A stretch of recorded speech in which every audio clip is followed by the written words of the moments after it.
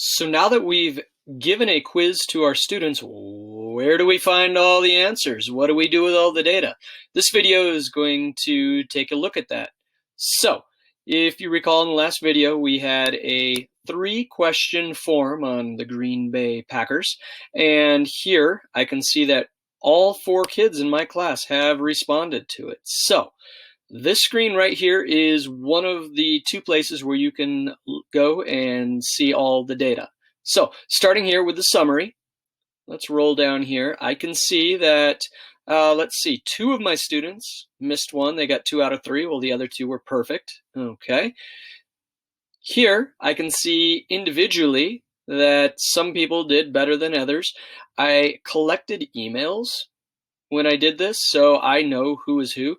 If you've got 100 kids and you don't want to have to try and figure that piece out, I highly recommend making sure one of your questions is ungraded, their name. And if you can make that like the first question, then that will be attached to it as well, and it makes your life a little easier when trying to figure out who is who. Here are the answers to question number 1. I can see that that was an amazing question because everyone got it right. Same thing with number 2. Everyone got that one right. This is where quizzes gets kind of powerful. I can see that half of my class missed this particular question. Either I didn't go over it enough, or, maybe my kids just don't understand this type of question. They're not good with numbers, or maybe there was something wrong with the nature of my question. Back to that in a minute. Here, we're going to the question bar. Here, I'm going to choose which question do I want to look at. Let's look at the question that didn't go so well for everyone. I'm going to click on this. Here, I can see that 2 responses were this and 2 responses were this one. I can't remember what I wrote as the right answer, so I'm going to view the answer key, and it shows me, okay, so I put in the number 12. Here's the thing. It would be kind of rotten of me to not give these kids credit because they typed in the word. There's actually a way that I can, after the fact, give them credit for that. If you notice right here, I've got an X and a check. I'm going to go ahead and mark this as correct, save it, and now those kids have gotten full credit for that answer. Kind of a nice way to make up for a little mistake I may have made in designing the question in the first place. Over here, if I click on the individuals, here I can see how each one of them did. I don't like this for like a 30 or 50 question test. It's kind of hard to figure out what's what. Maybe if I need to like print off the response so the kid can see what he had responded to.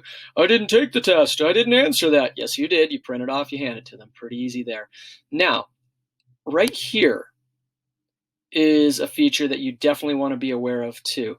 What this does is it exports all of these answers into a Google Sheet. And it's a really kind of a nifty way to see all the answers in a way where it's easy to check.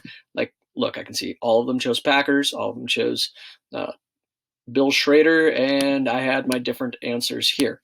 Now, if you have paragraph type of answers where, they're like short responses or something like that, this is where you need to think long and hard about your quiz design.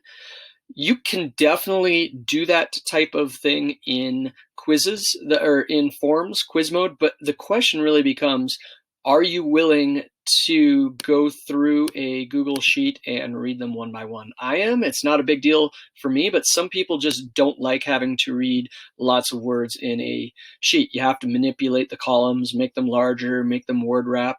So think long and hard about what type of questions you want to put in forms and what kind of questions are going to be best served using as an assignment in Google Docs.